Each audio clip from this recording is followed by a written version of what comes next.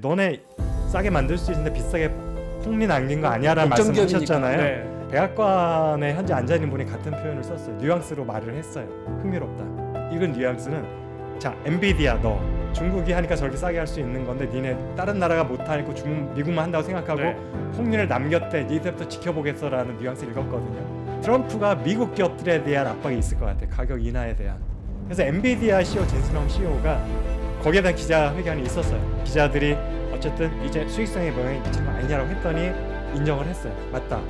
그런데 그렇게 해야지 시장은 더 커간다. 그래도 우리 시장이 전체 커가는 것에 대해서 우리는 대응하고 준비를 할 거라고 얘기했기 때문에 사실은 그게 시장 전문가 입장에 볼 때 맞아요. 그렇게 해야지만 시장이 커지고.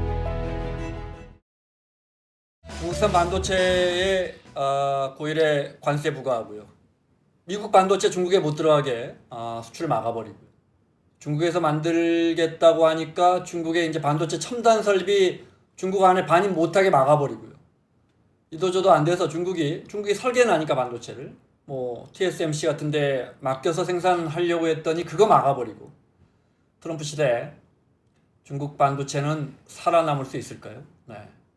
우리 반도체는요. 우리 반도체는 이 공급망 이렇게 재편되면 득이 있을까요? 득이 더 많을까요? 실이 더 많을까요? 반도체 패권 전쟁 쓰신 이주환 애널리스트 자리했습니다. 어서 오십시오, 박사님. 네, 반갑습니다. 네. 어떻게 트럼프 집권 이후에 한 4년 지나서 중국 반도체는 지금 보시면 어떻게 살아남을 수 있을 것 같아요? 이게 좀 아이러니하긴 한데요. 미국에서 이제 점차 강한 정책을 쓰잖아요. 중국의 반도체를 못하게 하기 위해서. 네.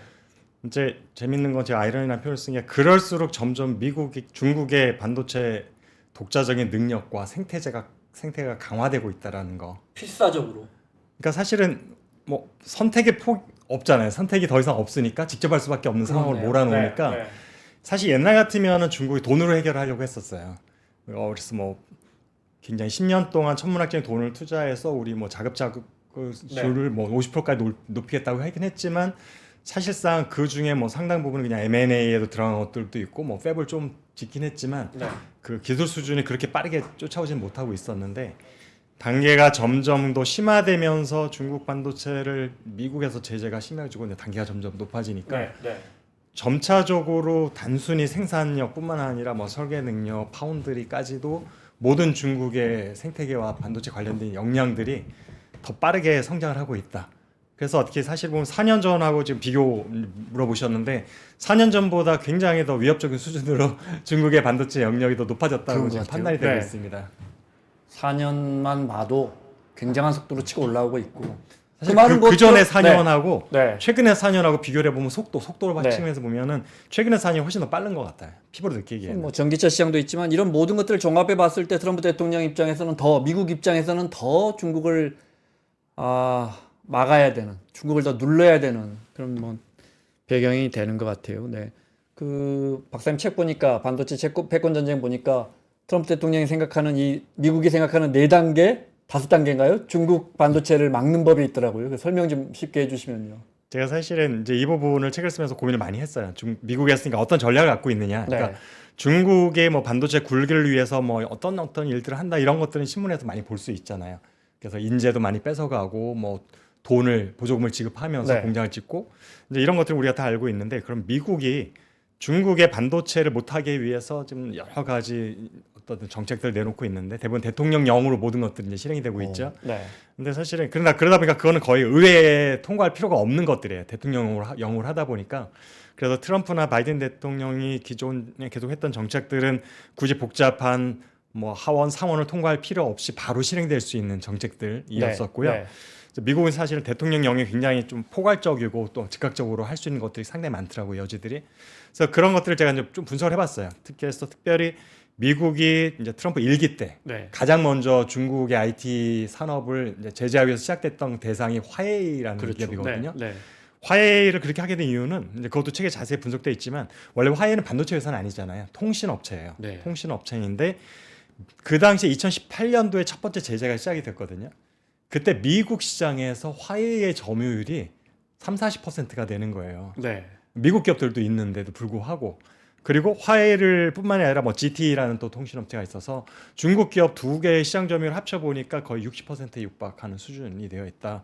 이 상태로 두면은 이제 통신이라는 건 굉장히 어느 나라나 기간 산업이기 때문에 상당히 독자적인 역량이 중요하고 또 보안 이슈도 상당히 있잖아요. 네. 그런데 그러한 통신 시장의 장비 시스템, 뭐 기지고 이 모든 것들이 중국 업체들이 반을 훨씬 넘는 수준으로 지금 공급을 네, 하고 있다는 네. 걸 알고 거기서부터 이제 화웨이가 첫 번째 타겟이 됐던 것 같아요. 네. 그 다음에 그런 것들이 그때 했던 거 제가 보면 분석해 보면 1단계, 2단계, 3단계, 4단계를 있었고 반도체에도 거의 똑같은 그 방식의 방식대로? 프레임을 따라서 네. 가고 있다는 네. 것을 발견해서 아 재밌네. 그래서 결국에는 이제 미국이 민주당일 때 공화국당일 때 상관없어. 왜냐하면 다 이게 결쳐져 있거든요. 그 네. 1단계, 2단계 들어간 것들이. 그래서 보니까 이런 일정한 패턴이 있다라는 거. 그 패턴이 1단계는 뭐냐면은 미국의 기업들이 중국에 그러니까 타겟가 있죠. 뭐 화웨이 아니면 뭐 양치 메모리 이런 식으로 이제 네. 타겟이 된 기업이 있는데 그 타겟이 되는 기업한테 미국 기업이 제품을 팔지 못하는 거죠. 거래를 하지 못하게 막는 거. 이게 1단계고 그렇게 하다 보니까 이제 중국에서는 이렇게 뭔가 좀 막혔겠지 생각해 봤더니 별 영향이 없는 거예요. 타격이 없는 거예요. 네. 그래서 미국에서 이렇게 조사를 해보니까 얘가 이게 우회를 해가지고 제품을 구매를 하고 있었구나. 제3국을 통해서 네. 네. 아니면 뭔가 페이퍼 컴퍼니를 통해 가지고 뭐 하고 있었구나. 그래서 그 다음부터는 안 되겠다. 우회로를 막기 위해서 2단계가 나오게 되는데 2단계는 미국의 기술과 미국의 뭐 장비 같은 것들을 활용해서 만들어진 제품은 그 블랙리스트에 올라 있는 중국 기업한테 판매하지 못한다. 네. 이렇게 되면 이제 우방국을 막아버리는 것도 있잖아요. 왜냐하면은 그렇죠. 한국, 일본, 대만의 네. 어쨌든 반도체 기업들이 미국 장비나 소프트웨어를 사용하지 않고서는 반도체를 만들 수가 없거든요. 네. 그렇다 보니까 이제 우방까지 확대돼 버리니까 조금 더 타이트하게 이제 제재가 들어가게 된 거고, 그러니까 이제 우회로까지 막혀버리는 방법. 이렇게 되니까 그 다음에는 화웨이가 필요한 본인에게 필요한 이제 반도체 칩이겠죠. 통신용 반도체 칩인데 원래 퀄컴 이런 데서 사다 쓰는 네. 것들인데 그런데 이제 우회로까지 막혀버리니까 그 다음부터는 직접 만드는 수밖에 없어진 거예요. 직접 만드는데 아직까지 뭐 2나노, 3나노 이런 통신칩을 만들 수 있는 능력은 안 되니까 네. 설계라도 내가 하자 하고 파운더리는 TSMC가 만들어주면 되니까 네. 우리가 결국 퀄컴 거를 사도 퀄컴이 설계만 하고 만들긴 TSMC가 다 만들어주거든요. 그러니까 중국이 이제 그 아이디어를 갖게 된 거죠. 네. 그래서 그 다음부터 설계해서 이제 하이실리콘이라는 자회사가 있어요. 화웨이 자회사가 있는데 네. 거기에다가 설계를 맡기고 니네가 통신칩을 만들어봐. 그 대신 만드는 건 TSMC한테. 그때까지 TSMC하고 거래는 여전히 오픈되어 있는 상황이었으니까. 그래서 TSMC한테 만들고 설계만 직접 하는 네. 것을 통해서 이제 확보를 했던 거죠, 칩을. 그러니까 미국이 좀 시간 지나 보니까 여전히 또 그것도 맞고. 또 잘 만들고 있는 거예요. 제품이 네. CF인데 계속 나오니까 도대체 어떻게 만들어 오지? 네. 고민해서 보니까 결국 TSMC가 문제구나. 결국 얘네가 만들어주고 있구나. 설계는 직접 하지만. 그래서 이제는 3단계의 제재가 들어가게 되는 겁니다. 3단계 제재는 TSMC에게 너네들은 이제 우리가 타겟팅한 블랙리스트에 오른 기업들한테는 거래를 하면 안 돼. 네. 조금 있다가는 아예 중국 기업한테 거래하지 말아라고 이제 그 합쳐도 저는 3단계라고 보고 있습니다. 네. 그러니까 TSMC의 파운더리를 이용하지 못하게 하는 거죠. 중국 기업들이. 요게 3단계 제재. 그러니까 이게 설계는 직접 했는데 못 만드니까 이거 뭐 반도체 칩을 구하지 못하겠구나라고 미국에서 생각했는데 좀 이따 보니까 여전히 또 제품을 계속 판매를 하고 있는 거고 여전히 뭐 화웨이의 시장 점유율이 낮아지질 않는 거예요. 글로벌리 보니까. 네. 뭐가 문제지 생각해 보니까 이제 중국에 SMIC를 비롯한 3개 정도의 굉장히 큰 파운더리 기업들이 네, 있는데 네. 대표적인 게 SMIC라는 기업이고요. 그래서 SMIC가 파운더리를 하면서 TSMC 대신에 만들어주고 있었던 거예요. 네. 화웨이에서 설계로. 그러니까 이제는 설계도 중국 기업이 하고 파운더리도 중국 기업이 하는. 다시 말하면은 모든 생태계 전체가 근데 중국이 할 수 있도록 돼버린 거예요. 물론 기술력에 있어서 SMIC가 TSMC하고 뭐 견줄 만한 실력이 되진 않죠. 분명히 한계가 있음에도 네. 불구하고 여전히 가장 선단이라고 할 수 있는 뭐 2나노, 3나노 못 만들지만 7나노까지는 문제없이 SMIC가 만들어가지고 이제 공급을 하고 있다라는 거죠. 그러다 보니까 이제는 3단계 갖고도 부족하구나 해서 마지막 4단계가 나왔던 것이 미국의 장비 기업들한테 너네 SMIC한테 미국 장비를 반도체 장비를 팔지 마라. 네. 장비가 없으면 못 만드니까. 요게 가장 현재까지 나와 있었던 거기까지 왔죠. 최장 단계 4단계고요.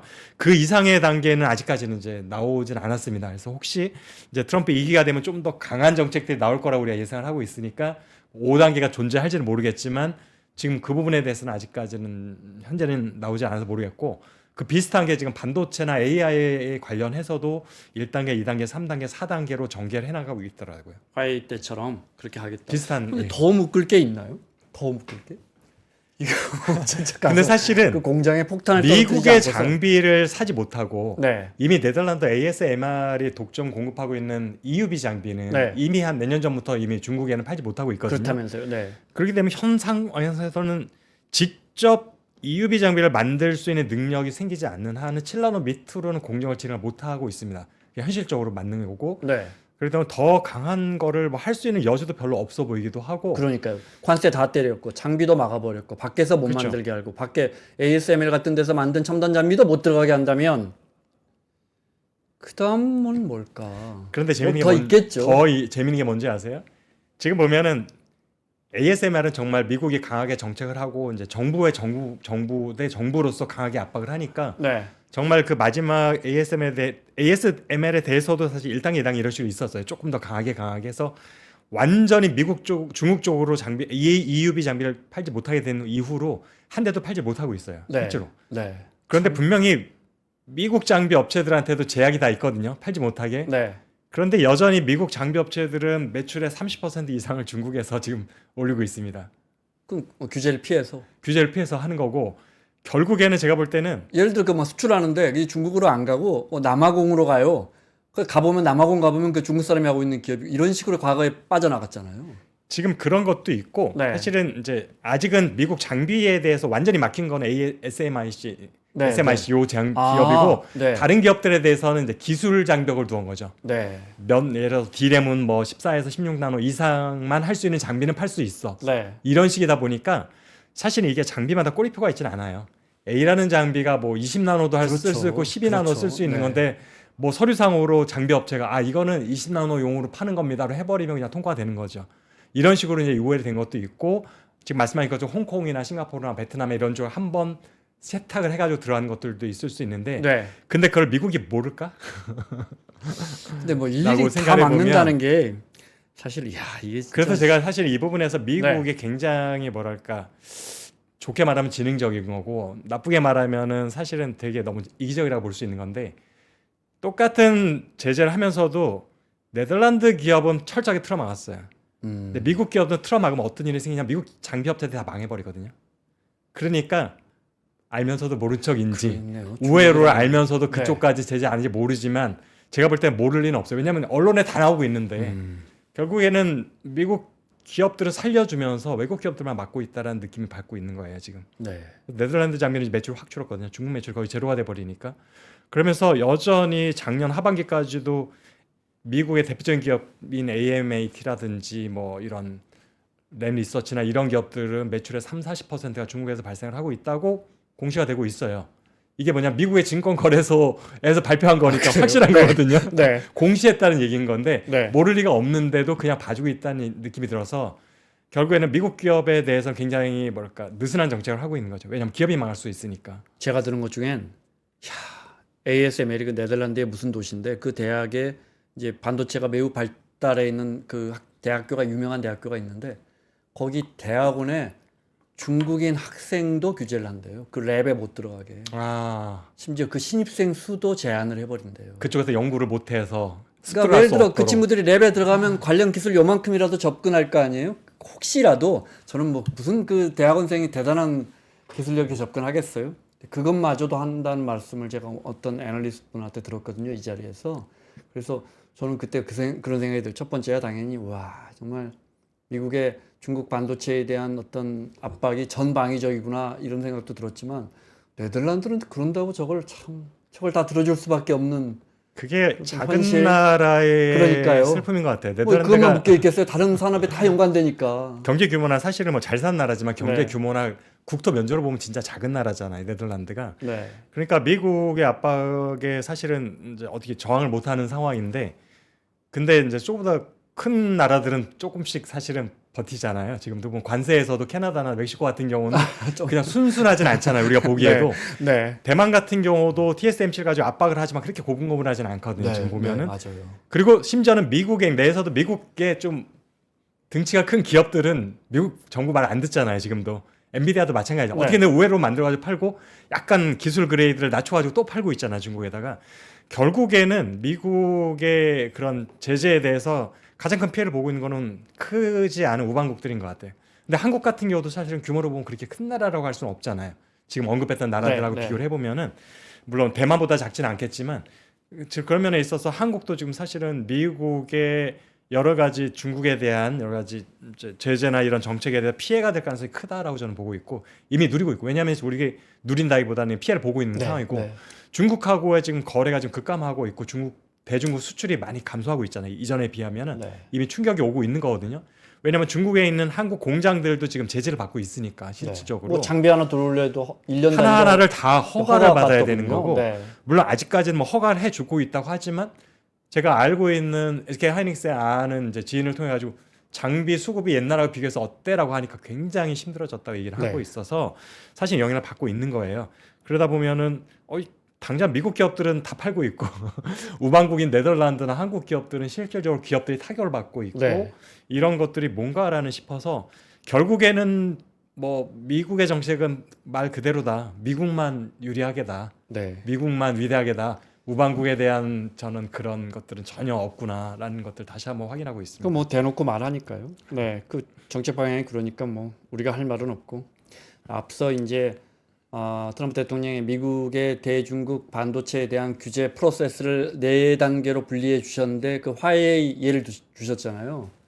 근데 화웨이가 살아남아 있잖아요. 여전히 살아 있습니다. 그 말씀대로라면 아직 사실은 그 제가 처음에 드린 그 제 질문에 답을 안 하셨어요. 그래서 트럼프 집권이 끝난 그 무렵에 중국의 반도체는 살아남아 있을까? 지금 이렇게 빠른 성장을 유지하고 있을까? 아니면 사실은 전기차처럼 이미 그 중국의 반도체라는 그 용은 미국이 목을 잡기엔 힘들 만큼 이미 너무 커버린 건지 잘 모르겠어요. 그런데 아까 제가 아이러니라는 표현을 썼는데 네. 중국 쪽에 대해서도 사실은 똑같은 걸 당혹함을 느낄 수 있는 포인트가 있어요. 사실은 중국에서 그렇게 많은 천문학적인 1조 위안을 투입하고 어떻게든지 공장도 짓고 뭐 네. M&A도 하고 하면서 미국이나 다른 나라부터 독립을 하고 싶어서 했는데 그러면은 최소한 그렇게 많은 돈을 써먹고 지금 기술 수준 많이 쫓아갔다고 우리가 많이 얘기를 하고 있잖아요. 네. 그러면은 반도체 수입이 좀 줄어들었어야 되잖아요. 수입 의존도가 좀 약해졌어야 되잖아요. 네. 그러네. 스스로 만드니까. 근데 사실은 본격적인 제재가 되기 전 2018년하고 비교했을 때 작년이나 재작년 말까지 기준해 보면은 오히려 반도체 수입이 많이 증가했어요. 그 시장 규모가 커져서 아닐까요? 시장 규모가 커진 것도 있을 수 있는데 네. 재미있는 것들이 사실은 여전히 중국은 일부 부분밖에 아직 할 수 없다. 기술력에 있어서. 그 부분이 중국이 전기 자동차하고는 좀 다른 점인 것 같아요. 네. 전기 자동차는 완제품을 완전히 만들 수 있고 거기에 들어가는 핵심 부품인 배터리를 완전히 자급자족할 수 있는 네, 수준이 네. 되어 있지만 반도체는 그렇게 할 수 없는 여건이라는 거죠. 아직까지는 기술 네. 수준도 있고 여러 가지 장비, 핵심 장비들을 마음대로 구입할 수 없는 그런 네. 제약도 있어서 이런 면에 있어서 지금 예를 들어서 트럼프 2가 끝났을 때 그 부분이 원래는 질문 주셨던 건데 네. 끝났을 때에 뭐 예를 들어서 한국이나 미국을 뛰어넘을 수 있는가 그건 불가능하다고 일단 생각이 되고 있고요. 그러면은 또 하나의 질문. 그러면은 과연 트럼프가 원하는 만큼의 억누르는 효과는 네. 충분히 발휘할 것이냐? 네. 저는 그것도 아니라고 보고 있습니다. 오. 지금 보면은 네. 지금 미국이 통제할 수 없어요. 기업들을 현실적으로는. 그런데 미국의 기업들 예를 들어서 칩을 파는 업체들 이제 엔비디아가 있죠. 네. 장비 업체는 제가 방금 언급을 드린 네, 기업들이 네, 있고 그 다음에 그 외에도 사실은 뭐 AP를 만들고 있는 회사들이 있을 수 있고요. 애플이라든지 퀄컴 같은 네. 기업들 이 기업들이 뭐 다 자기 자급자족을 위해서만 하는 건 아닐 거거든요. 애플 같은 경우는 아마 대부분 자가 소비일 가능성이 크지만 네. 퀄컴 같은 경우는 자기가 통신 회사를 직접 하는 게 아니다 보니까 결국엔 팔기 위한 건데 뭐 삼성전 갤럭시요. 네. 갤럭시 결국에 퀄컴의 주요 고객 중 하나가 삼성전자이고요. 네. 근데 결국에는 여전히 그렇다면은 중국의 스마트폰 업체들 많이 있잖아요. 그 기업들은 퀄컴 걸 안 쓰고 다 그럼 자급자족 하고 있을까? 중국도 보복관세. 뭐 기린이나 몇 개 쓰고 네. 있긴 하게 몇 개 자기 걸 쓰는 게 있어요. 뭐 화웨이 네. 거도 쓰고 있지만 여전히 사실은 큰 손인 거예요. 미국 기업들의 어떤 그러겠죠. 면을 보더라도. 네. 네. 그래서 이 기업들은 본인들이 그러면 중국 의존도를 1, 2년 내에 굉장히 빠르게 낮출 수 있느냐? 그게 가능하지 않잖아요. 상식적으로. 네. 이렇게 큰 기업들이 30-40% 의존하던 중국의 의존도를 뭐 5%를 줄인다? 4년 안에? 이건 불가능한 얘기거든요. 네. 그래서 결국에는 우회로를 찾을 수밖에 없고 그게 중국으로 가는 모든 것들을 차단하려는 트럼프의 의지를 결국에는 이제 무산시킬 수밖에 없다는 현실인 네. 거죠. 그 같은 맥락으로 지금 이제 트럼프 대통령이 여기 관세, 여기도 관세, 저기도 관세, 보복 관세 때린다고 나는 그러면 25 받고 25도 이러는 과정에서 모든 빅테크 기업이나 기술 기업들이 미국에 지금 박사님 말씀하신 것처럼 그럼 우리 손해인데 지금 이런 아우성이 터져 나오고 있는 딱 그 단계 아닌가? 그것이 나스닥에 지난 한 달 동안 반영된 게 아닌가 이런 생각이 들거든요. 저도 사실은 이제 주식 관련해서는 상당히 많은 부분 공감을 하고 있고요. 지금 뭐 이게 금리 인하 속도가 늦어져서도 아닌 것 같고, 네. 그다음에 무슨 대통령이 바뀌면서 그것 때문에 경제가 뭔가 좀 더 안 좋아질 만한 악재가 있었다고 딴 게 보이지도 않는데, 지금 사실은 트럼프의 여러 가지 핵심적인 이제 경제 관련된 정책 중에 이제 관세 정책이라는 것들이 네. 지금 미국 내에서는 많이 얘기가 나오고 있어요. 지금 뭐 연준에서도 그런 불만을 표시를 하고 있고, 그다음에 미국 기업들도 그런 얘기들을 계속 뭐 공건하게 얘기를 해요. 미국 같은 경우는 사실 정부 무서워서 그런 얘기를 못 하거나 그런 나라가 아니다 보니까 결국에는 관세 정책이 미국 기업들을 다 오히려 이제 실적도 저하시켜주고 결국 우리의 발목을 잡을 것이다. 그다음에 물가를 낮추고 싶은 게 트럼프의 큰 목적 중에 하나인데 네. 물가는 올라갈 수밖에 없거든요. 관세를 때리게 되면은 이런 부분들이 사실은 미국에 지금 여러 가지 경제에 악영향을 끼치고 있고 그것들이 IT 기업 전반에 사실은 주가를 억누르는 효과를 지금 하고 있다고 저는 보고 있어요. 저도 마찬가지 네. 공감하고 있습니다. 중국 이야기는 요것만 여쭤보고 지금 뭐 말 나온 김에 엔비디아로 넘어가죠. 그래서 뭐 근데 반도체 산업이라는 게 정말 뭐 어마어마하지 않습니까? 근데 중국이 약점은 뭐고 장점은 뭡니까? 예를 들어 설계부터 시작해서 뭐 파운드리까지 아까 말씀하신 그 파운드리 기업들이 뭐 점유율이 좀 있으니까 좀 뭐 파운드리 하면 우리는 저 뭐 엔비디아하고 아니 뭐 TSMC하고 삼성전자밖에 몰라서 그 밑에 기업들은 이름도 잘 몰라서 네. 중국의 반도체 이 생산 설계부터 시작해서 그 프로세스에서 경쟁력이 있는 부분, 키우려고 하는 부분은 어떤 부분이고 굉장히 좀 많이 뒤처지고 있는 부분은 어떤 겁니까? 일단 생태계 전체를 한번 따져보면 이제 한국 반도체에서 비슷한 얘기가 많이 나오는데 우리가 소재나 장비 국산화율이 좀 낮아서 네. 이게 소재 같은 경우는 일본 의존도가 높고 장비는 미국과 네덜란드 의존도가 높다라는 게 이제 약점인데 중국도 사실은 그 부분에서는 비슷한 상황인 것 같아요. 네. 제가 아주 최근은 아니지만 이제 몇 년 전에 자료 나온 걸 보니까 중국도 한국과 비슷한 수준의 국산화율을 달성했더라고요. 장비가 한국이나 중국이나 비슷하게 20% 정도. 네. 근데 장비 분야별로 쪼개 보면 조금 차이는 있어요. 이제 한국 같은 경우는 CVD 쪽에 굉장히 국산율이 높고 PVD라고 하는 이제 물리적 기상증착범에는 굉장히 국산율이 낮은데 네. 중국은 오히려 CVD 쪽이 낮고 PVD가 굉장히 높아서 네. 한국과 좀 차별성은 있지만 전체적인 국산화율로 보면 20%대로 비슷했었고요. 그다음에 소재 국산화율이 한국 같은 경우는 장비보다는 좀 높습니다. 50% 정도를 유지하고 있는데 네. 중국도 비슷하게 50% 정도. 근데 아마도 중국의 소재 국산화율은 한국보다 훨씬 더 빠르게 높아질 가능성이 있어요. 왜냐하면 이전에 우리가 2019년도에 기억할지 모르겠지만 우리 강제징용공에 대한 대법 판단 때문에 네. 네. 일본의 한국에 대해서 한 3대 네. IT 핵심 소재에 대해서 이제 수출을 금지했던 적이 네. 있었는데 그때 일본을 대체하기 위한 우리의 가장 첫 번째 옵션이 중국이었거든요. 그 얘기는 이미 그러네요. 중국을 네. 대체할 만한 기업들이 일본을 대체할 소재 네. 기업들이 중국에 많이 있다는 얘기라서 맘만 먹으면 중국의 소재 국산화율은 빠르게 높아질 수 있을 것 같다는 생각이 들고 있고 근데 장비 국산율 같은 경우는 한국도 그렇게 노력을 했는데 20%에서 네. 3자가 잘 안 보이는 거로 봐서는 중국도 아마 단기간 안에 높아지기 쉽지 않을 것 같다는 생각이 들긴 하는데 이제 그런 것이 하나의 이제 취약점일 수 있고 특히 장비 중에서도 특정 장비 EUV 장비는 아예 반입을 못하고 있다라는 네. 거. 그래서 점차 우리가 기술 수준이 높아지게 되면 EUV 장비가 필요한 이제 반도체 어떤 공정이 점점 늘어나게 되거든요. 사실은 제일 많이 필요한 거는 D램이나 낸드 같은 메모리보다는 로직 쪽에서 더 많이 필요한 거고요. 네. 왜냐하면 로직 디바이스나 마이크로 프로세서 같은 경우는 이미 2나노, 3나노, 1.8나노까지 이미 지금 뭐 양산 얘기가 나오고 있으니까 네. EUV 장비 한 개는 7나노라고 현재로서는 대부분 모든 전문가 얘기를 하고 있어서 로직 디바이스 쪽에서는 굉장히 사실은 그러니까 중국으로서는 따라가기 힘든 큰 버든이 되고 있는 거고 D램 같은 경우는 한국 기업이 가장 기술이 앞서 있잖아요. 네. 그런데 또 불구하고 삼성전자나 SK하이닉스도 D램은 지금 몇 나노를 하고 있느냐 하면은 12나노, 13나노 정도예요. 네. 그 얘기는 그럼에도 불구하고 한국 기업들 EUV를 이미 몇 단계 쓰고 있긴 해요. 근데 없어도 불가능하지 않다는 얘기인 거죠. 따져보면 로직하고 네, 비교를 네, 해보면 그러다 보니까 DRAM이나 낸드는 중국이 여전히 EUV 장비 없이도 상당 한참 동안은 따라올 수 있다라는 거. 그런 면에 있어서 우리한테는 안 좋은 소식이지만 네. 중국의 한계에서 메모리 쪽보다는 로직 쪽이 조금 더 먼저 닥쳤다라는 거. 그래서 메모리 쪽은 오히려 상대적으로 손발이 아직 덜 묶여 있다. 중국 반도체 산업이 이런 변화에 있고 사실 그 부분이 어떻게 보면 지금 말씀드렸던 취약점이라는 부분에 있어서 이제 다 말씀드린 것 같고 네. 강점이라고 말씀드릴 수 있는 거는 한국보다도 이미 앞서 있는 영역이 많다라는 것. 예를 들자면 일단은 우리가 반도체 생태계 전제를 보면 일단 소부장을 제외해 놓고 네.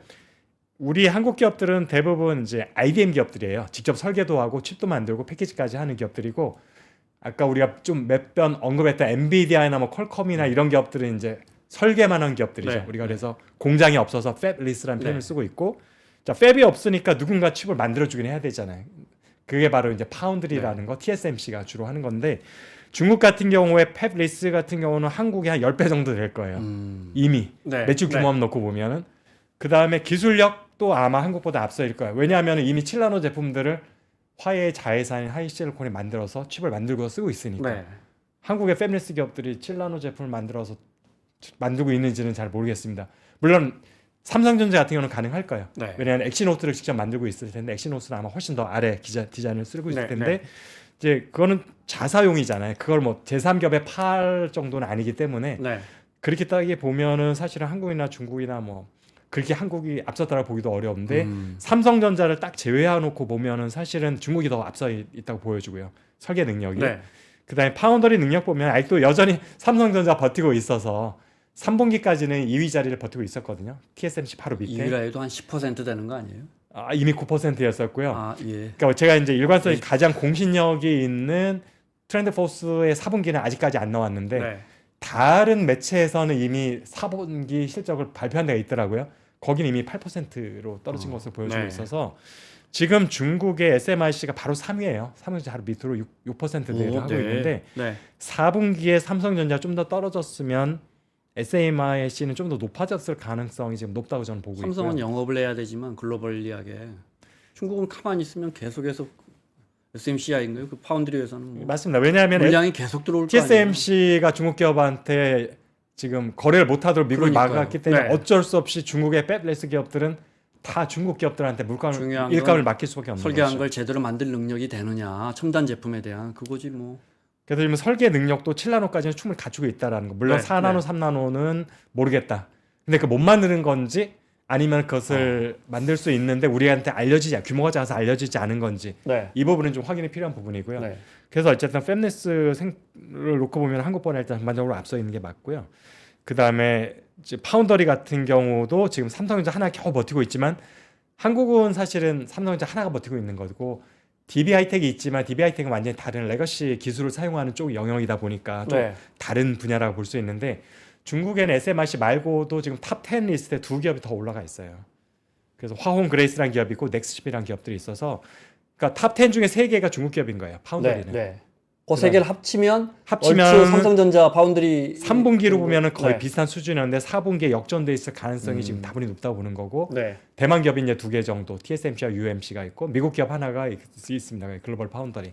근데 이런 구도이기 때문에 파운더리 같은 경우도 지금 한국이 앞섰다고 말하기 좀 애매한 거죠. 삼성전자 네. 왜냐하면 당분간 D램의 문제를 해결하기 위해서 파운더리 쪽에 투자도 좀 축소하고 인력도 오히려 파운더리에 있던 인력을 지금 메모리 쪽으로 지금 데려가고 지금 이전시키고 있는 과정에 있거든요. 네. 그러면은 이제 시장 점유율은 낮아질 수밖에 없잖아요.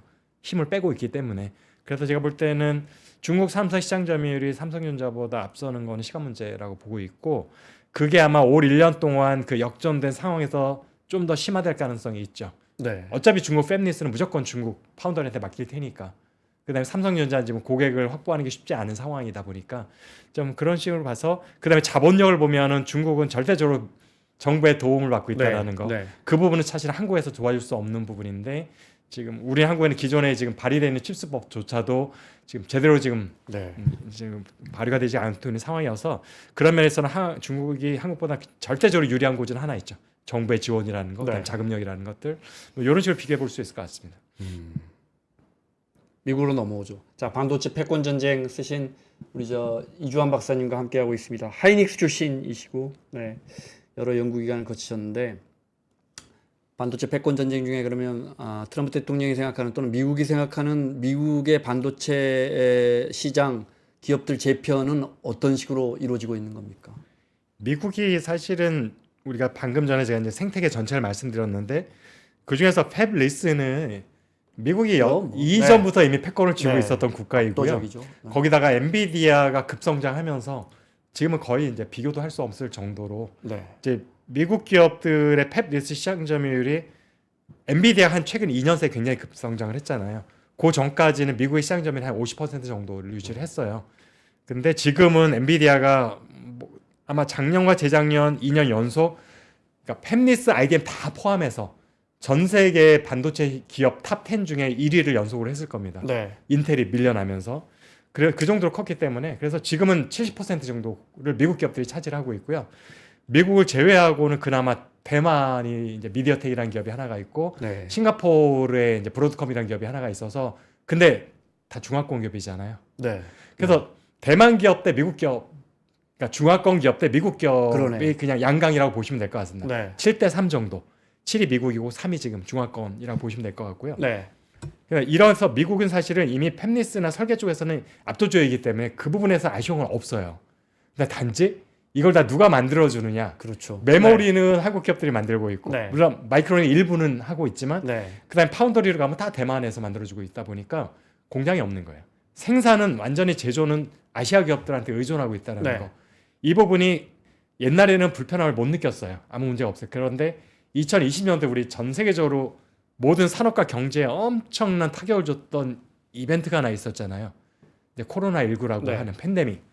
그때 제가 이제 책을 쓰기 위해서 분석을 하기 위해서 미국이 그때 어떠한 타격들이 있었는지 그 후에 얼마나 더 공급망 확보에 대한 더 의지를 다지게 됐는지를 이제 분석하기 위해서 찾아봤는데 코로나가 닥치다 보니까 미국 같은 경우는 제조업 기반이 약하잖아요. 네. 전반적으로 서비스업과 그러니까 소프트웨어 쪽 파워가 강하고 금융 위주로 성장을 해왔잖아요. 그러다 보니까 제조업이 정말 취약했습니다. 모든 면이 자동차, TV 뭐 할 것 없이 네. 반도체 다 포함하고 지금 하는 2차 것도 다 제조업 살리자는 거 아니에요? 네. 유일하게 자동차는 그래도 공장이 미국에 맞지만 자동차를 제외하고 나면은 다 다른 나라의 공장을 갖고 있어요. 미국 기업들조차도. 그랬는데 그게 코로나라는 팬데믹이 터지니까 물류가 완전히 막혀버렸잖아요. 그러니까 분명히 다른 나라에는 내 공장인데 미국으로 못 오는 거예요. 그렇죠. 네. 올 수는 있는데 물류가 엉망이 돼버리니까 가격이 3배가 돼버리는 거예요. 물류 비용들이. 그랬죠. 네. 그리고 실질적으로 미국의 가장 핵심 산업 중에 하나가 자동차 산업이잖아요. 상징적으로 자동차의 수출도 하지만 수입도 많이 하니까 미국 같은 경우에는 그래서 자동차 수입이 굉장히 중요한데 자동차 수입이 완전 급감을 해버렸어요. 2020년도 네. 1년 동안에.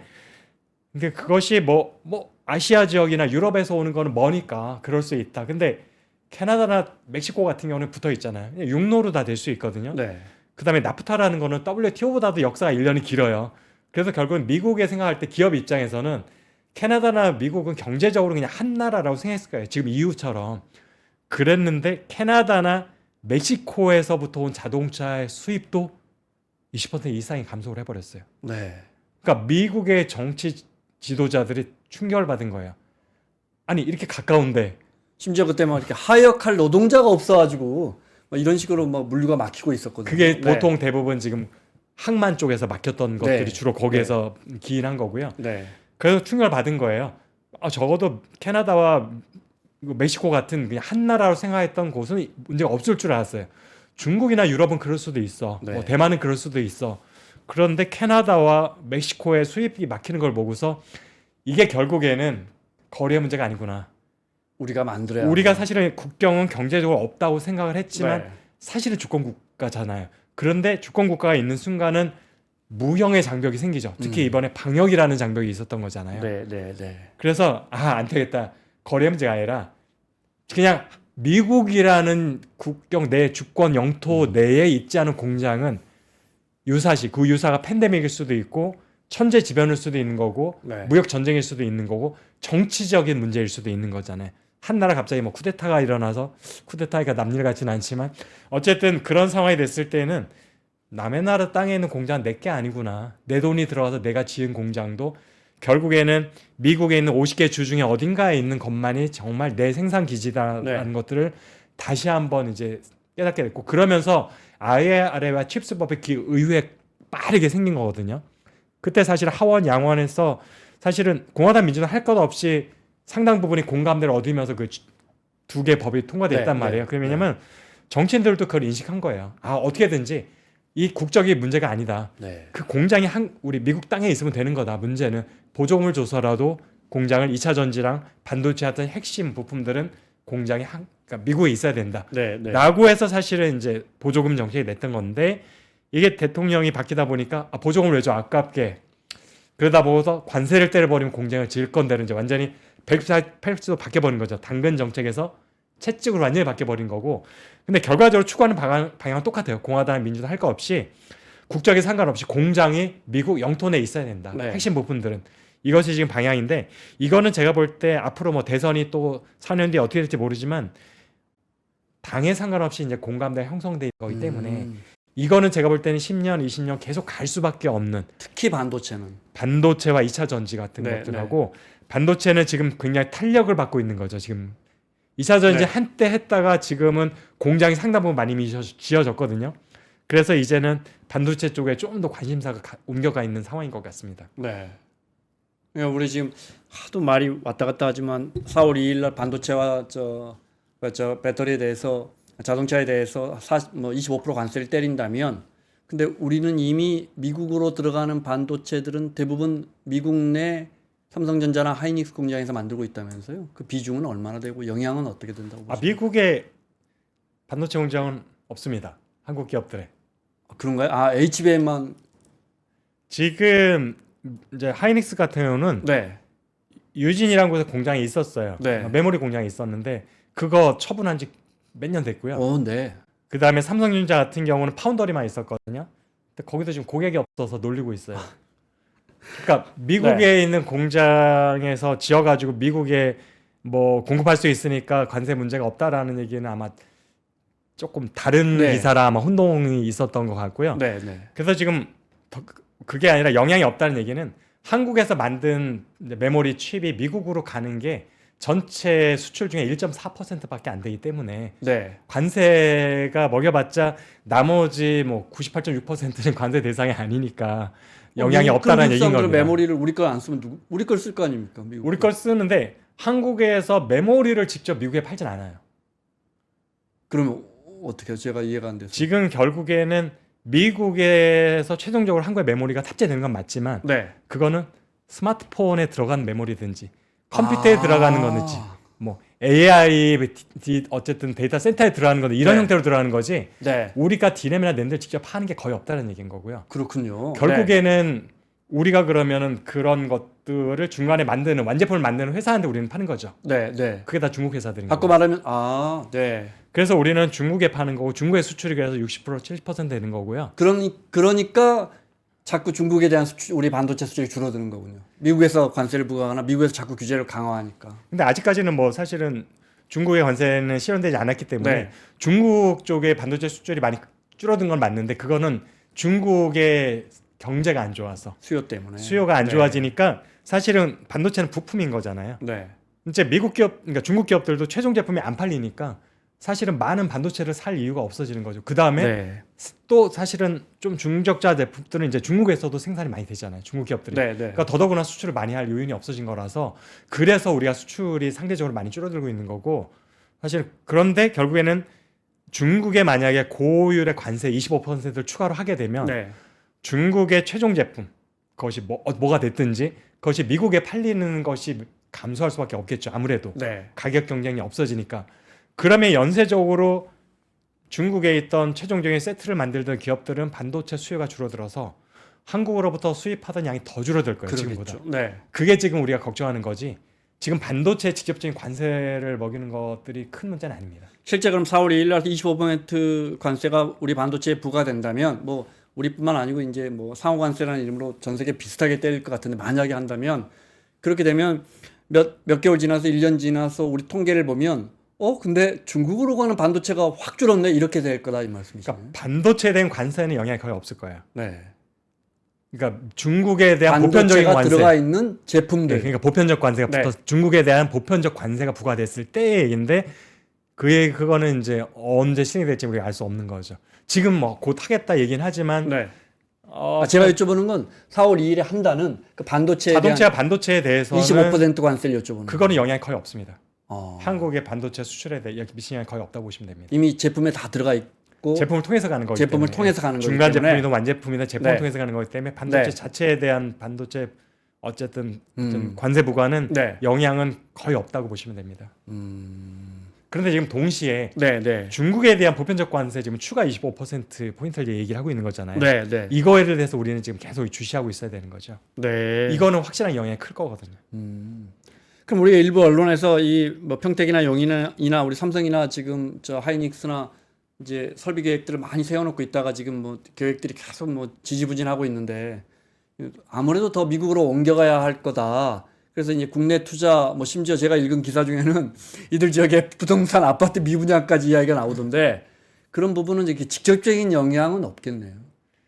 지금 사실은 투자를 지연시키거나 축소하는 거는 반도체 경기가 안 좋아서 그래요. 네, 수요 사이클 자체가. 때문에. 네, 네. 사이클상 사실 사이클로 보면은 작년 1월부터 올해 상반기까지는 호황기거든요.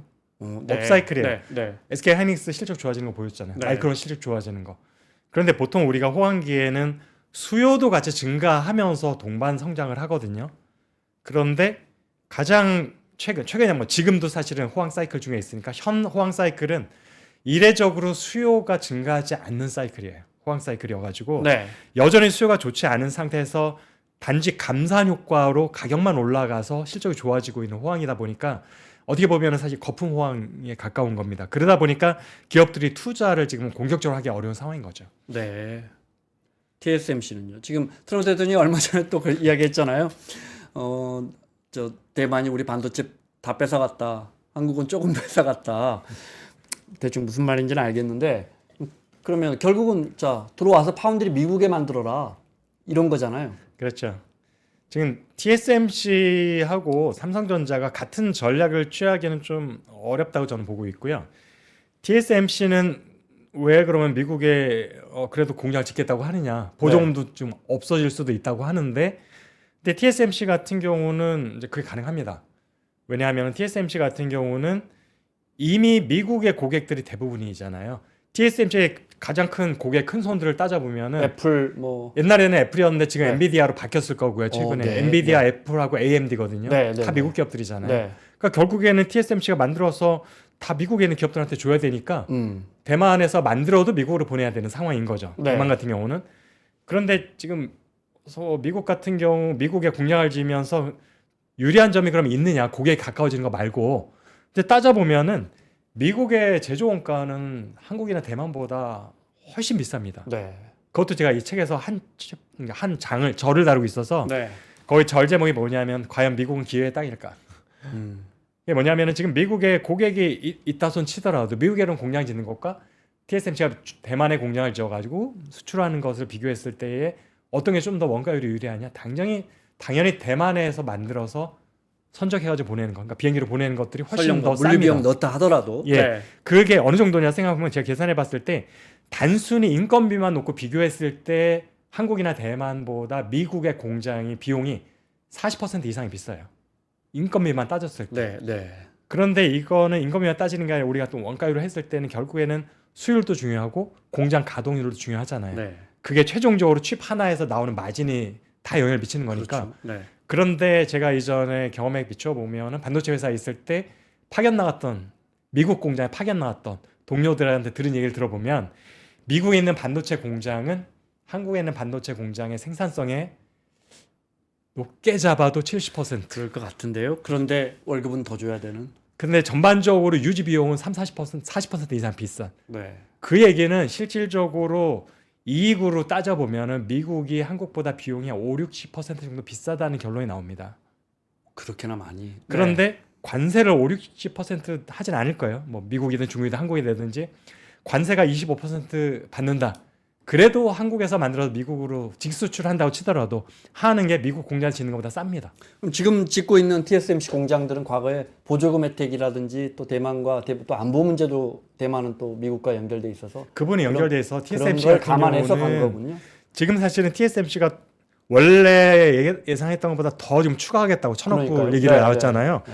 그 얘기하면서 지금 백악관에서 사진도 찍고 이랬잖아요. 네. 그게 뭐냐면은 지금 TSMC는 좀 고민이 있어요. 지금 그 전에 우리가 최근 한 달 동안 계속 봤던 뉴스가 뭐냐면 인텔과 연관되면서 TSMC가 계속 언급이 됐었죠. 인텔 뭐 쪼개 판다는 쪼개 팔면서 네네네. 제조 부분은 TSMC가 니나 지분을 좀 인수하면서 네. 기술 전수해라. 전 그거 무슨 말인지 모르겠더라고요. 왜 가뜩이나 약한데 더 잘라 팔지? 이런 생각. 경쟁력 있는 거 좀 강화하고 저 경쟁력 없는 거 쪼개 팔고 이런 내용이죠. 지금 그분이 사실 인텔 전체라기보다 아마 파운드리 쪽 얘기라고 네. 저는 이해를 하고 있는데 파운드리 같은 경우 인텔은 지금 현재로서는 독자 생존하기 어려운 상황에 속해 있고요. 네. 그러다 보니까 인텔에 지금 살리긴 살려야 돼. 미국 입장에서는 미국의 반도체 상징이잖아요. 그렇죠. 네. 그래서 인텔을 지금 쪼개서 다른 나라 팔아버리겠다는 얘기가 아니라 어떻게든 인텔을 살려야 되는데 인텔의 독자 생존 능력이 없으니까 자 설계 부족한 거는 퀄컴이나 브로드컴만 니네가 좀 와가지고 지분 좀 줄 테니까 네. 니네가 좀 얘네 좀 살려줘 기술을 해서 네. 네. 그 다음에 제조는 TSMC가 최강이니까 네. 니네 한 지분 20% 줄 테니까 기술 공여 좀 하면서 얘네 좀 기술 좀 키워줘 가르쳐줘. 아, 네. 나중에 니네 지분 도로 뺐을 거야. 누가 해요 그걸? 그거 뻔히 알면서 네. 그렇지 않으면은 압박을 주는 거죠. 네. 너네 미국에 하고 거래 못하게 할 거야. 너 중국이 대만 쳐들어도 난 모른 체 할 거야. 기술을 주라는 지분을 살짝 얹어주는 셈 치면서 기술을 주라는 뜻이잖아요. 결국에는 돈과 기술을 다 주라는 얘기인 거잖아요. 그러네요. 네, 지분이라는 말이 지분을 가다가 돈을 소리네. 내놓으라는 얘기인 네. 거고 그다음 팹을 니네가 같이 운영해야 되냐 기술을 나눠주라는 얘기인 거거든요. 네, 결국에는 협박이죠 그냥. 어떻게든 인텔을 살려내. 네, 그러다 보니까 대만 정부와 TSMC 입장에서는 받아들이기 쉽지 않잖아요. 경쟁자인데 미래 다시 경쟁자인데 AMD는 저기 미국 회사도 아닌 거 아니에요? AMD는 미국 회사 맞고요. 네. 지금 말씀하셨던 건 브로드컴이 미국 회사 아닌 거죠. 네, 네. 브로드컴이 저기 저 싱가포르인가? 아마 제가 볼 때는 네. 트럼프가 반도체 잘 모르잖아요. 브로드컴이 미국 기업인 걸로 알고 있을 거예요. 그래서 브로드컴한테 지분 주고 설계 파트를 주라는 얘기가 나온 거예요. 네. 근데 한국의 반도체 전문가 중 90%도 그렇게 알고 있어요. 브로드컴이 미국 기업이다라고. 네, 네, 네. 왜냐면 나스닥에 상장돼 있거든요. 근데 브로드컴의 그 나스닥 코드를 잘 보시면 아바고라고 돼 있어요. 그게 뭡니까? 아바고가 브로드컴을 2015년에 인수한 싱가포르 기업입니다. 아, 네. 그래서 잘 보면 브로드컴이라는 이름을 유지해요. 그래야 미국 기업처럼 보이잖아요. 네. 본사도 미국에도 있고 싱가포르 양쪽에 본사 듀얼 헤드쿼터 체제를 갖고 있어요. 그래야 미국 기업처럼 보이잖아요. 왜 그렇게 했냐면은 사실은 중국계 화교 기업이 미국 대표적인 기업인 인텔은 아니에요. 브로드컴을 인수한다는 것이 당시에 네. 미국 언론과 정치권에서 엄청난 반발이 있었어요. 그래서 공정거래위 통과 가능성이 거의 희박했어요. 그랬을 때 내놓은 카드 두 개가 본사를 미국에 두겠다. 그 다음에 상장을 그대로 브로드컴을 상장을 유지하겠다라는 조건이었거든요. 네. 그래놓고 사실은 그 현재 브로드컴의 CEO가 누구냐? 아바고 CEO가 겸해가지고 하고 있는 거고 결국 통합했지만 코드명을 잘 보면 아바고라고 되어 있어서 주인이 아바고라는 거는 분명히 명시되어 있어요. 네. 근데 트럼프는 모르잖아요. 미국 기업인 왜냐 전문가들도 90%를 모르고 있으니까 이게 미국 기업인 줄 알고 쪼개서 자 그럼 무슨 얘기냐? 대표적인 반도체 미국의 반도체 기업인 인텔을 쪼개서 제조 부분은 대만한테 주고 설계 부분은 싱가포르에 줘다 네. 합치면은 다 중국 기업이다가 돼버리는데 알면서 이렇게 얘기 안 했을 거고 지금 반도체를 잘 몰라요 트럼프는. 그래서 이런 황당한 얘기가 그냥 적극적으로 나왔던 것 같고 어찌 됐건 인텔 입장에서는 정말 자존심이 상하는 얘기인 거죠. 그러니까 선택에 집중하겠다는 건데 뭘 선택해야 할지 잘하는 게 있어야 선택을 하잖아요. 나중에 지분을 다시 가져오겠다는 보관이 지금 말은 안 하지만 네, 보관을 네. 갖고 있겠지만 사실은 그거를 대통령이 만들어 줬다 뺐었다 할 수는 없는 거잖아요. 네. 쉽지 않죠. 일단 줘버리면 오히려 유상증자의 지분을 늘릴 수도 있는 거잖아요. 네. 그렇게 되면 인텔은 진짜 공중분해될 수도 있습니다. 자, 인텔과는 정반대로 진짜 경쟁력 있는 기업 엔비디아 이야기까지 해볼까요? 네. 일단 지금 주가 흐름이 최근에 조금 회복한 것 같은데 최근에 급락세가 다른 빅테크 기업들도 워낙 뭐 단기간으로 조정을 많이 받았지만 딥시크의 그 영향을 여전히 받고 있다. 그때 충격파가 여전히 계속되고 있다 이렇게 보십니까? 저는 딥시크의 영향은 이미 끝났다고 보고 있고요. 네. 지금 보면은 심지어는 반도체와 상관이 없는 테슬라 주가도 곤두박질했잖아요. 네. 이거는 지금 미국 경제 불확실성에 대한 것들이 반영되고 있다고 보여지고요. 딥시크의 영향은 한 두세 번 출렁했었잖아요. 네. 그러니까 16%한 번 출렁, 8%대 두 번 출렁, 8%대 두 번 중에서 첫 번째 거까지만 저는 딥시크 영향이라고 보고 네. 있고요. 두 번째 8%대와 지속적으로 합쳐서 최근까지의 피크 대비 굉장히 많이 하락했던 것들은 전반적으로 미국의 지금 트럼프 대통령 집권 이후에 불확실성, 왜냐하면은 무역 전쟁을 지금 벌이고 있기 때문에 네. 그거로 인해서 미국 기업들이 오히려 실적이 안 좋아질 가능성이 높은 거잖아요. 우리가 초반에 얘기했던 것처럼 주요 고객들이 다 중국이니까 그것들이 반영되고 있다고 저는 생각하고 있습니다. 그런데 엔비디아의 주요 고객들인 빅테크 입장에서는 중국의 그 조그마한 개발 상품을 보면서 당연히 이런 생각했을 거 아니에요. 우리 너희들 거 안 써도 되겠다. 또는 야 근데 너희들 이런 거 만들면서 괜히 비싸다고 포장해가지고 너무 비싸게 받는 거 아니냐. 이런 것들이 다 시장을 다음에 뭐랄까 시장 변화에 영향을 주지 않을까요? 아, 그거 네. 맞죠. 그래가지고 제가 말씀드렸던 초반에 충격들 그래서 있던 거고 그게 현재까지 모든 하락세가 그거와 연관된 건 아니다라는 것을 말씀드린 거고 초반에 그 충격은 분명히 한동안 지울 수 없는 상처가 될 것 같아요. 미국 기업들한테는. 그리고 지금 말씀하신 거에 두 번째, 너네 싸게 만들 수 있는데 비싸게 폭리 남긴 거 아니야라는 말씀하셨잖아요. 네. 이 부분에 대해서 저는 똑같은 그 표현을 쓰진 않았지만 백악관에 현재 앉아 있는 분이 같은 표현을 썼어요. 뉘앙스로 말을 했어요. 네. 그래서 미국의 반응은 백악관 반응 기존에 중국에서 뭔가 대단한 걸 했다고 얘기를 하면은 시니컬했어요. 해봤자 뭐 니들이 뭘 미국 기업들이 훨씬 잘해라든지 그거 뭐 여러 가지 다 따져보면 어림도 없어 이런 반응이었을 텐데 네. 짧았어요. 흥미롭다. 그 표현에 저는 트럼프의 스타일로 봤을 때 이런 뉘앙스는 자 엔비디아 그 다음에 미국의 빅테크 기업들 최종적으로 서비스를 제공하는 기업들 네. 여지까지 니네 폭리를 취해왔네. 중국이 하니까 저렇게 싸게 할 수 있는 건데 니네 다른 나라가 못하니까 미국만 한다고 생각하고 네. 폭리를 남겼대. 이제부터 지켜보겠어라는 뉘앙스를 읽었거든요. 이제부터는 아마 미국의 트럼프가 미국 기업들에 대한 압박이 있을 것 같아요. 가격 인하에 대한 전반적으로. 이제 그것에 대한 것들이 이제 전반적으로 독점적인 지위를 갖고 있던 미국 테크 기업들의 제조업이든 소프트웨어든지 영향을 받을 수밖에 없는데 거기서 가격을 낮추면 미국 경제에는 어떤 장점이 있습니까? 시장이 커진다는? 시장이 커지는 거죠. 사실은 독점 기업이 어느 IT 사업이나 IT뿐만 아니라 자동차나 전기차도 마찬가지였고요. 초기에 몇 년 동안은 독점적인 기업이 있어요. 70%, 90%의 물론, 점유율을 갖고 있는. 그때는 시장이 전체 규모로 보면은 나중에 보면은 진짜 작은 시장이에요. 시장 초기인 거죠. 네. 근데 시장이 언제적 급격히 커지냐?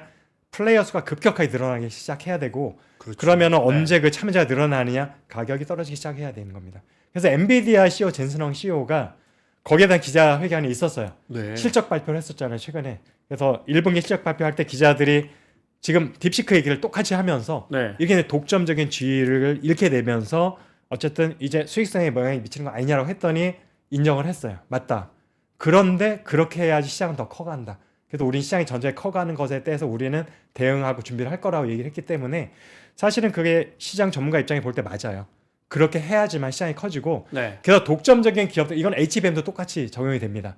SK 하이닉스가 굉장히 높은 마진율을 지금 얻고 있어서 지금 실적 굉장히 좋은 건데 그거는 언제까지 유효하냐? 올해 연말까지라고 봐요.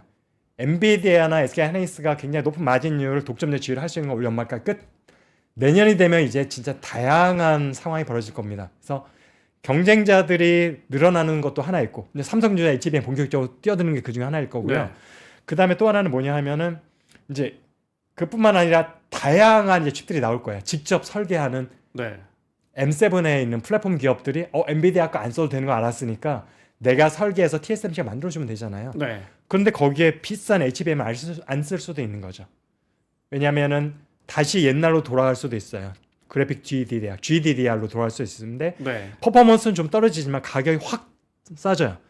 그렇게 돼야지만 전체 AI 시장은 커지는 효과는 있는데 근데 HBM의 마진율과 GDDR의 마진율은 비교가 안 될 정도로 차이가 나니까 네, 네. 영업이익률 떨어지는 건 감수하지만 매출 증가율이 다시 유지되는 걸로 네. 기업은 만족해야 된다는 거고요. 그게 사실은 이 산업이 지속적으로 성장할 수 있는 마땅히 거쳐야 되는 단계입니다. 최근에 제가 얼핏 본 기사에 엔비디아가 좀 조정받으면서 우리 투자자들이 한 1조 원 정도 들어갔다고 추가. 네. 저점 매수를 한 것 같은데 지금 말씀대로라면 그렇게 긍정적인 건 아닌가요? 근데 이제 그 투자 기간이 중요한 것 같아요. 네. 실적에 미치는 영향을 보면 올 연말까지는 실적이 계속 좋을 수밖에 없어요. 엔비디아가. 네. 왜냐하면은 어차피 이미 선주문 받았던 물량들이 있기 때문에 그래 올 연말까지는 무조건 있고 SK 하이닉스도 하반기 되면 원래 반도체 사이클은 하강으로 내려가지만 HBM에 대한 실적은 독점적인 게 하반기까지 여전히 유효하다. 네. 그런데 이제 내년부터 되면은 많은 변수가 생길 수 있다. 빅테크 기업들 투자도 감소할 수 있는 거고요. 네. AI에 대한 그 다음에 저가품으로 옮겨갈 수도 있고 하니까. 그런데 지금 결국엔 투자자들의 주가의 반영이 내년 이후가 이미 다 반영된 거냐? 그러니까요. 올해 연말까지 실적이 여전히 유효한 거냐에 뭐 대한 이미 것들이 다 뭐 하이닉스도 그렇고 엔비디아도 입도 선매 다 됐다는 건 이미 오래전부터 뭐 몇 년치 거까지는 다 팔렸고 몇 년치까지는 다 예약돼 있고 뭐 이런 건. 근데 상당 투자자들은 사실은 그 산업의 전문가는 아니잖아요. 네. 이런 기사 하나 나오면 흔들려요. 요런 기사 하나 나오면 흔들리고. 네. 그래서 처음에 믿고 있던 것들에 대해 의심을 하게 되죠. 이런 것들이 이제 주가에도 상당히 영향을 미칠 수 있기 때문에 네. 이런 것들이 아마 제가 올 한 해 동안은 굉장히 많은 사이클이 업다운이 있을 것 같습니다. 주가 측면에서 봤을 때 실적은 아닌데 네. 주가는 그럴 것 같습니다. 최근에 브로드컴 실적도 잘 나왔던데 이제 엔비디아 같은 독점 구조 그 구조가 언젠가는 깨질 거라는 건 뭐 당연히 알고 있었지만. 그렇죠. 네. 알겠습니다. 마무리 질문 드려야겠습니다. 반도체 패권 전쟁 패권 전쟁에서 우리가 가장 눈여겨봐야 할 부분 어떤 게 있다고 보십니까? 일단 한국 같은 경우도 중장기적으로 계속 우리의 현재 지위를 유지하는 게 중요한 거잖아요. 네. 제가 이 책의 부제를 보시면은 한번 읽어주시겠어요? 10년 후 한국 반도체는 살아남을 수 있을까? 이게 사실 이 책을 네, 쓰게 네. 된 목적이고요. 네. 이 책에서 제가 한 두세 개 챕터에 걸쳐서 많은 지면을 할애했던 건데 대답은 예스일 수도 있고 노일 수도 있다라는 것. 노라는 것부터 먼저 설명을 드리면 현재와 같은 반도체에서도 메모리 의존도가 에서 벗어나지 네, 못하면 네. 우리는 장담할 수 없다. 그 다음에 현재와 같이 고객에 대한 특정 고객 국가에 대한 의존도가 여전히 80%라면 네. 장담할 수 없다. 인 거고 우리 생존할 수 있다. 예스라는 것들은 남은 10년의 기간. 왜냐하면 왜 10년이라는 걸 설정했냐면 10년이 조금 안 되는 시점에 디램이나 낸드의 성장 곡선이 급격하게 변화가 있을 겁니다. 이제 우리가 S자 성장 곡선 네, 얘기할 네. 때에 완전 플랫하게 되는 영역이 곧 닥칠 거다. 근데 10년 이내의 것이 닥친다고 저는 분석을 하고 있기 때문에 10년이 설정이 된 거고요. 그래서 10년이 되기 전에 충분한 준비를 통해서 우리가 현재에 고착화되어 있는 중국 의존도, 메모리 의존도에서 탈피한 전략을 실행할 수 있게 되면은 여전히 우리는 건재할 수 있다. 네. 근데 그 준비가 10년 안에 되지 않는다라면 장담할 수 없다가 이 책에서 사실 얘기하고 싶었던 점입니다. 알겠습니다. 자, 오늘 공부 여기서 마쳐야겠습니다. 공부니까요. 네, 오늘 정말 유익한 공부였습니다. 네, 자 반도체 패권 전쟁 쓰신 이주환 박사와 함께했습니다. 오늘 말씀 고맙습니다. 감사합니다.